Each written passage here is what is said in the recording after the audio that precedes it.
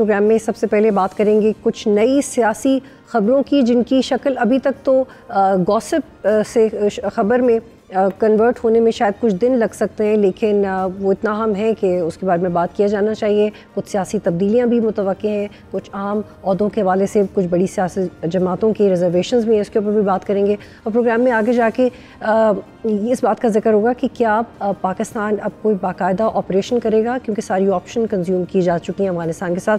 बहुत शुक्रिया मोहम्मद ज़ुबैर साहब, आप प्रोग्राम में ज्वाइन करें। मोहम्मद ज़ुबैर साहब, सुबह से ये डिस्कस हो रहा है और इस हवाले से मुख्तलिफ आरा सामने आ रही हैं कि and I'm asking it very responsibly, that do you see any rift between government and the establishment, क्योंकि जो कारकर्दगी है हुकूमत की उसके बारे में बार बार ये ओपिनियन आ रही है कि उससे मुतमईन नहीं है, और ये कहा गया है गवर्नमेंट की तरफ से कि हमसे एक्सपेक्टेशन इतनी ज़्यादा है कि हमारी कमर टूट चुकी है, अब हम वो कैसे करें। तो इस पर बड़े कुछ इंटरेस्टिंग तज्ज़िये भी हो रहे हैं, लेकिन फ़िलहाल this is what it is.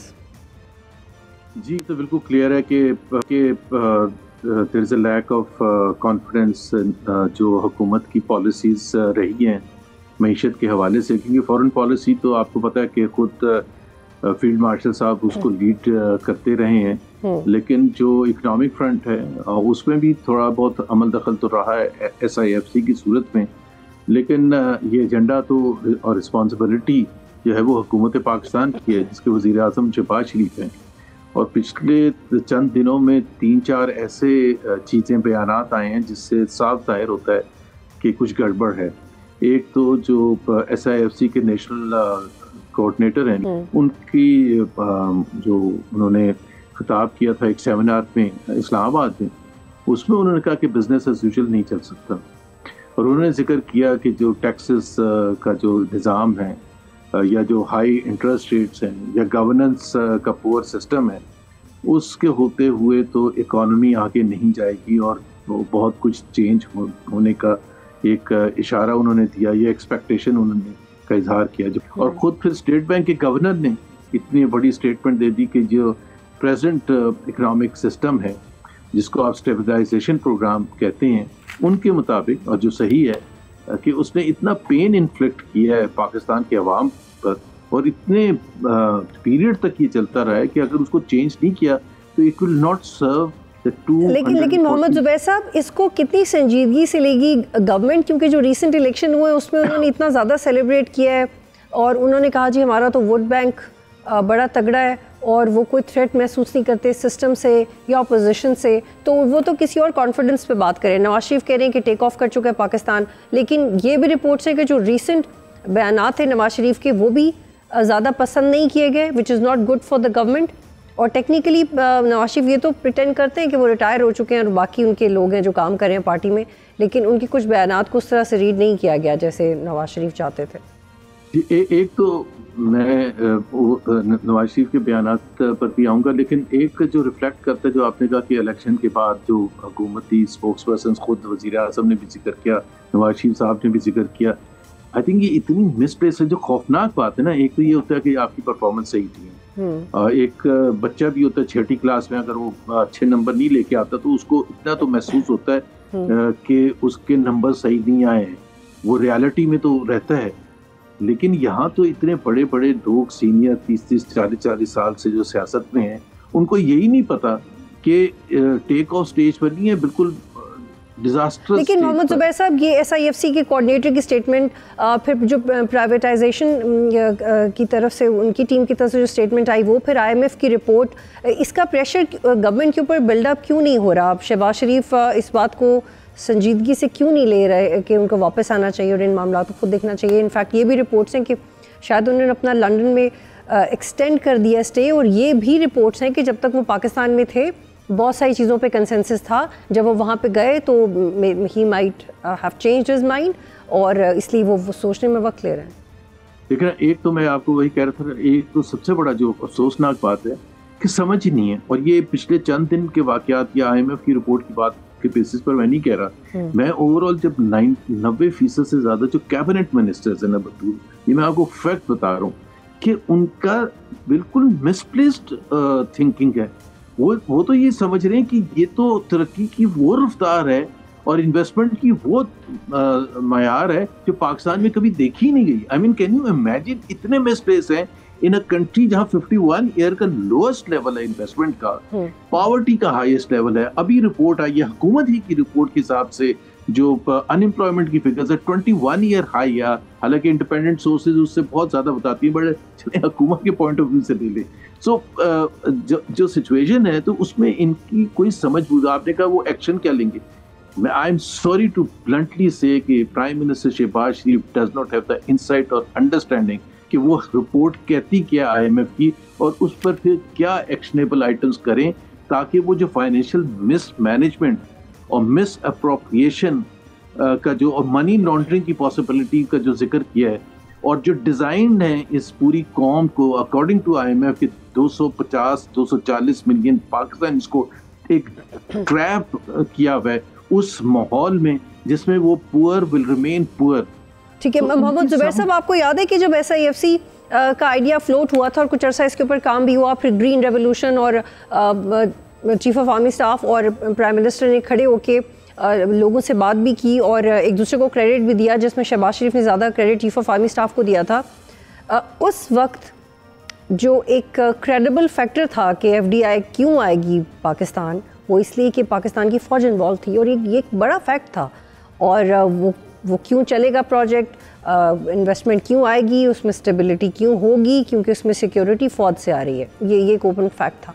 अब एक तरफ ये बात है, दूसरी तरफ IMF की रिपोर्ट और जंग जीतने के बाद why would the institution want to let down itself anyhow, क्योंकि आपको पता है कि 9 मई के बाद पाकिस्तान की डायनेमिक्स कितनी क्रूशल थी बहुत सारे इदारों के लिए। तो अब तो ये बाय हुक और बाय क्रुक अपनी क्रेडिबिलिटी को मेंटेन करने के लिए कुछ इकदाम लिए जा सकते हैं, और क्या उनमें से one of the options can be elections, because it is being written कि इलेक्शंस हो सकते हैं। Let me explain. देखें, इकोनॉमिक स्टेबिलिटी आती है पॉलिटिकल स्टेबिलिटी, और पॉलिटिकल स्टेबिलिटी आती है पॉलिटिकल लेजिटिमेसी से। अगर पॉलिटिकल लेजिटिमेसी नहीं होगी, there won't be any political stability, and political stability नहीं होगी तो इकोनॉमिक स्टेबिलिटी। तो ये बड़ा सिंपल सा रूल है, starting point is political legitimacy.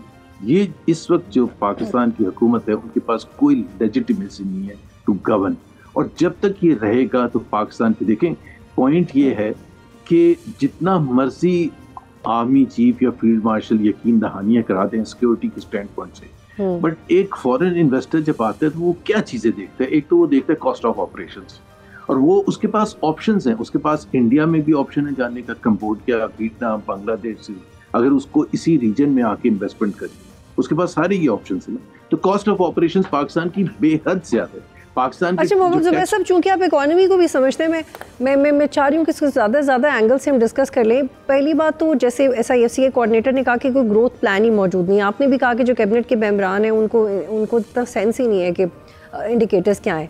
लेकिन ये तो सबको पता है ना कि पाकिस्तान फॉलो हमेशा IMF का प्लान करता है। नहीं, लेकिन मैं आपको अभी कंफ्यूजन बताता हूँ ना मैं आपको कंफ्यूजन बताता हूँ। इस वक्त पाकिस्तान में कुछ 4 या 5 प्लान एक साथ प्राइम मिनिस्टर ऑफिस में चलाने की कोशिश की जा रही है। एक वर्ल्ड बैंक का प्लान इन्होंने लिया जो 10 इयर्स का प्लान है, long term plan economic growth का। दूसरा इन्होंने लिया IMF का 3 इयर्स का प्लान। तीसरा इन्होंने एक अपना SN इकबाल साहब लेके आए उड़ान पाकिस्तान प्लान। और एक ब्रिटिशर, मैं उनका इकोनॉमिस्ट का नाम भूल गया, उनका प्लान आया, वो भी आपने लेके प्राइम मिनिस्टर ऑफिस में रख लिया। और एक आपने एक कमेटीज बनाई प्राइवेट सेक्टर के लोगों को और उनको रिस्पॉन्सिबिलिटी दी to come up with the plan. अब आप मुझे बताएं कि जब इतनी कंफ्यूजन है और हर प्लान में डिफरेंट माइलस्टोन्स हैं, मतलब एक प्लान कहता है कि अगर हम स्टेबलाइजेशन जो है अगले 2 साल तक करें, दूसरा प्लान कहते हैं कि स्टेबलाइजेशन का प्रोसेस इमीडिएटली खत्म करके हमें ग्रोथ की तरफ जाना चाहिए। That is why the general. लेकिन मोहम्मद जुबैर साहब, अब हमने बहुत बड़ा खुल के बात कर ली है कि सुपरफिशियली चीज़ें क्या हैं and what can be done, लेकिन वक्त कितना है गवर्नमेंट के पास? वक्त बिल्कुल भी नहीं है। I think they are running out of time, because आपकी जो देखिए, प्लीज अंडरस्टैंड, जो शहबाज शरीफ की फ्रस्ट्रेशन है ना, वो इस वजह से है कि वो अप्रैल 2022 में आए थे और उन्होंने जो अपना पहले इनिशियल जो कौम से वादे किए थे उसमें उन्होंने कहा था कि मैं 6 महीने में इकोनॉमी को रिवाइव कर दूंगा। Now we are quarter to 4 years. 4 साल तो आपको पता है अमेरिकन प्रेसिडेंशियल टर्म होती है, which is considered enough period to turn around the economy और फॉरेन पॉलिसी और व्हाटएवर द कंट्री फेसेस। अभी इनको 4.25 साल हो गए, और एक जो मैं एक अल्फाज यूज करता हूँ जो कि कॉमन पाकिस्तान के उसमें यूज होते हैं कि अभी तक आपने ट्रक की बत्ती के, अभी आप किसी को भी ले लें, कल मैं एक प्रोग्राम में था एयर वाइब पर, तो उसमें गवर्नमेंट स्पोक्समैन ने जितना इकोनॉमी की बात की, करेंगे एक्सपेक्ट किया जा सकता है, अभी हमने इकदाम उठाने शुरू किए।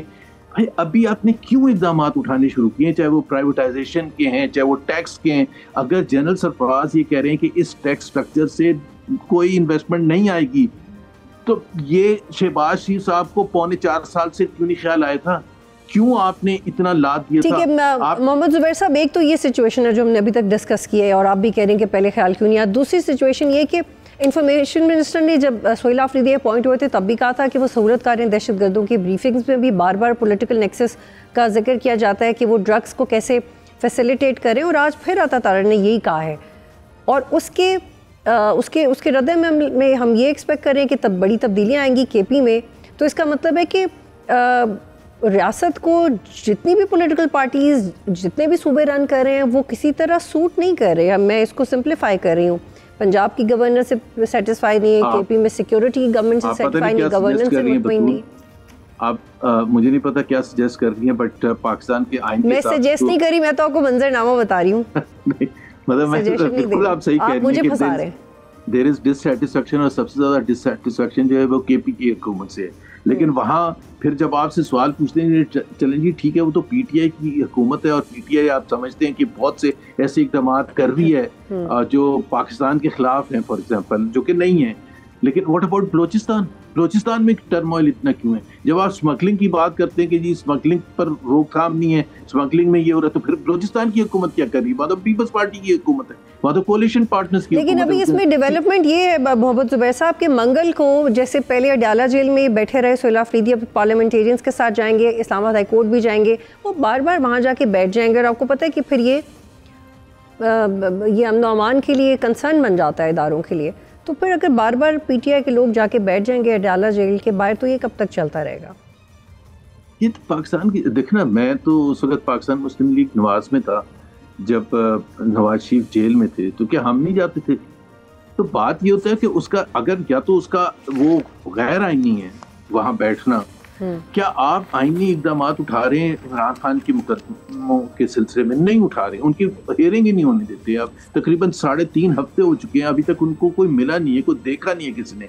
कभी एक वजीर आके ये कहता है कि जी वो सुपरिटेंडेंट जेल के इख्तियार आते हैं, और वो इख्तियार करते हुए फिर कोई वजीर आके कहता है कि जी वो राना सनाउल्लाह स्पेशली कल या परसों कहीं बोल रहे थे कि जी 1 घंटे की इजाजत देते हैं, 1.5 घंटे की प्रेस कॉन्फ्रेंस होती है। तो भाई जब आप लोग की ऑपोजिशन में थे और हम जाते थे नवाज शरीफ से मिलने के लिए, आप भी बहुत दफा होते थे, तो उसके बाद हम नहीं प्रेस कॉन्फ्रेंस एक नहीं करते थे, 3-3 4-4 प्रेस कॉन्फ्रेंसेस करते थे। बाहर निकल कर जो जाता था, साद रफीक निकल रहे हैं, मैं निकल रहा हूँ, कोई और निकल रहा है, फिर मरियम नवाज दोपहर को बैठ के प्रेस कॉन्फ्रेंस करती थी। What nonsense. और फिर ये कहना कि जी वो बैठ के पॉलिटिक्स डिस्कस करते हैं वहाँ जेल में।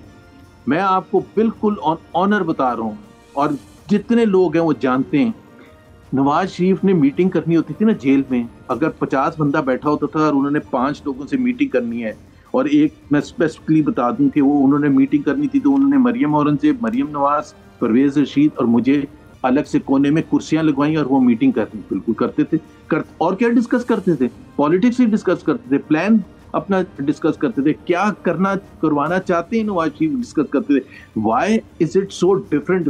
क्यों इतना डर खौफ है एक शख्स से कि जो अगर उनसे मुलाकात होगी तो पाकिस्तान में क्या हो जाएगा? अच्छा, लेकिन मोहम्मद साहब ये भी आप थोड़ा वाजे करें कि बरतानवी जेल रूल्स के मुताबिक लूप होल्स हैं, लेकिन जो नवाज शरीफ अडयाला जेल में थे वो भी पॉलिटिकल बातचीत मुलाकात करते थे, तो पॉलिटिकल बात ही होगी ना, जो पॉलिटिकल कन्विक्ट है वो पॉलिटिकल बात ही करेगा।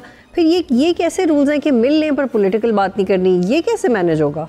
मतलब क्या इशारों से बात करेंगे? क्या बात करेंगे आप जब जेल में? अब ये देखें ना, मैंने तो आपको स्पेसिफिक एग्जांपल दी है और एलेबरेट कर देता हूँ। हर थर्सडे को तकरीबन 100 से 150 PMLN के वर्कर्स लीडर्स नवाज शरीफ से मुलाकात करते थे, बगैर किसी रोक ठोक के, बगैर किसी कंसर्न के। और उधर अगर उन्होंने वैसे जनरल पॉलिटिक्स डिस्कस कर रहे होते थे जब सब बैठे होते थे, लेकिन अगर उन्होंने कोई मीटिंग करनी होती थी तो मीटिंग के लिए अलग से वो एक, मैंने आपको बताया जिस तरह स्पेसिफिक में वो इशू तो नहीं बता सकता किस चीज़ पर वो कर रहे थे, बट बहुत से पॉलिटिकल इश्यूज होते थे जिस पर उन्होंने डिस्कस करना होता था। कभी ख्वाजा आसिफ से, एहसन इकबाल से अलग से बैठ के बात करते थे, डिस्कस करते थे पॉलिटिक्स। अब उसका अगर उस वक्त की हुकूमत उस वक्त रोकने की कोशिश करती तो उसका काउंटर वो इफेक्ट होता है। अब अगर इमरान खान को आप 2.5 साल में नहीं राम कर सके, नहीं कन्विंस कर सके, नहीं डरा सके हैं, नहीं धमका सके हैं, तो फिर उसका इलाज ये नहीं है कि और ज़्यादा आप सख्तियाँ करें। उसका इलाज ये है कि सोचने का मुकाम है कि मईशत भी नहीं चल रही है, पाकिस्तान की भी जगरसाई हो रही है, ह्यूमन राइट ऑर्गेनाइजेशन भी शोर भी जा रही हैं। लेकिन मोहम्मद ज़ुबैर साहब, पॉलिटिकल पावर तो है पीटीआई की, लेकिन जो रिसेंट ऑप्टिक्स में गलती की है कि जाके इंडियन चैनल्स पे इंटरव्यू दिया, उसमें आपकी एक मुतवाज़िन ओपिनियन क्या है आपकी? Because you are a very same person. तो देखें जो क्लिप्स मैंने सुने उन्होंने क्या कहा है, लेकिन मोहम्मद ज़ुबैर साहब पीएमएलएन ने 9th में नहीं किया था, 9th में तो पीटीआई ने किया ना, इसलिए पीटीआई के लिए हर चीज़ मुश्किल है, ये उसकी बुनियाद कमज़ोर है। ये केस ही अलग-अलग एस्टैब्लिश होता है पीटीआई के आइन में लिखा हुआ है कि 9th में अगर होता भाई, देखें अगर आप पाकिस्तान के इदारों के खिलाफ, पाकिस्तान के इदारों के खिलाफ इंडियन चैनल्स में या ब्रिटिश चैनल्स में बैठ के बातें कर रहे हैं, तो वो उसको आप गलती कहेंगे। और नवाज शरीफ तो जिस लेवल पर जाके करते थे वो तो ठीक है, आप कह रहे हैं कि ठीक है अगर दिया तो nothing wrong in it, harmless है, खैर है भाई। आप बचाए कि अच्छा पूरी दुनिया से आपने छुपा के रखना है अपने आप को कि आप ये बात इंडियन चैनल्स कवर कर रहे हैं, ब्रिटिश चैनल्स कवर कर रहे हैं, कल को अमेरिकन। लेकिन मोहम्मद ज़ुबैर साहब, उसमें दलील ये आती है कि जंग जीती, भारतीय मीडिया ने प्रोपेगेंडा किया, आप ऐसे मुल्क में क्यों जा रहे हैं जो वाज़े तौर पे मिस इन्फॉर्मेशन की वॉर में पाकिस्तान के खिलाफ बहुत आगे है। तो एथिकली नहीं करना चाहिए था, आप किसी और मीडिया के पास चले जाते हैं। What is the difference between Prime Minister Modi in 2016 and Prime Minister Modi in 2025? इतने जबरदस्त रिलेशंस थे कि उनकी नवाज शरीफ के ग्रैंड डॉटर की शादी थी, कोई वीज़े नहीं इशू हुए थे, कोई प्रोटोकॉल नहीं, कोई प्रायर इंफॉर्मेशन नहीं थी। वहाँ आए जबरदस्त गर्मजोशी का, मैंने उस वक्त भी बाय द वे सपोर्ट किया था, आज भी मैं सपोर्ट करता हूँ कि उन्होंने सही किया था। Let the prime minister, let the political leadership decide कि उन्होंने किस तरह से एक अच्छा माहौल क्रिएट। अच्छा मोहम्मद ज़ुबैर साहब, आप गोस्वामी साहब को इंटरव्यू देने के लिए तैयार हैं राइट नाउ? किसको इंटरव्यू? गोस्वामी साहब को, जो इंडियन जर्नलिस्ट हैं। अर्नब को I want to know, because मेरा तो पॉइंट ऑफ व्यू बड़ा क्लियर है। मुझे लगता है कि कभी कभी कुछ चीज़ें आपको एथिकली, और मेरा आपसे जैसा ताल्लुक है तो मैंने सोचा पूछ लूँ कि आप बुरा नहीं मनाएंगे, लेकिन क्या आपको बुलाया, आप जाएंगे इंडियन मीडिया पे राइट नाउ इस सिचुएशन? मैं गोस्वामी साहब को तो कभी इंटरव्यू नहीं दूंगा, अच्छे हालात में भी नहीं दूंगा, because he doesn't let the other person talk. तो फिर एएनआई में जाएंगे, एएनआई को देंगे इंटरव्यू जाके? नहीं, मुझे परसों बुलाया था, बाय द वे परसों बुलाया था, मैंने उनको इसलिए माजरत की थी। मैंने by the way I saw Fawad Chaudhry in an interview with an Indian. मैंने फवाद को फोन करके पूछा मैंने कि जी आप what do you think, I mean it's uncomfortable. Problem पता क्या है? प्रॉब्लम ये है कि जैसे रऊफ क्लास है, रऊफ क्लास है बड़े अच्छे तरीके से बताते हैं कि जी पाकिस्तान इंडिया की दोस्ती होनी चाहिए। मसला ये कि मोहम्मद ज़ुबैर अगर बोलेगा ना तो कहेंगे गद्दार है, तो इसलिए हम अवॉइड करते हैं। बिल्कुल आपका पॉइंट आ गया, बहुत शुक्रिया। बिल्कुल बहुत शुक्रिया मोहम्मद ज़ुबैर साहब प्रोग्राम में ज्वाइन करे थे। सब्सक्राइब करें और बेल दबाएं ताकि कोई खबर रह न जाए।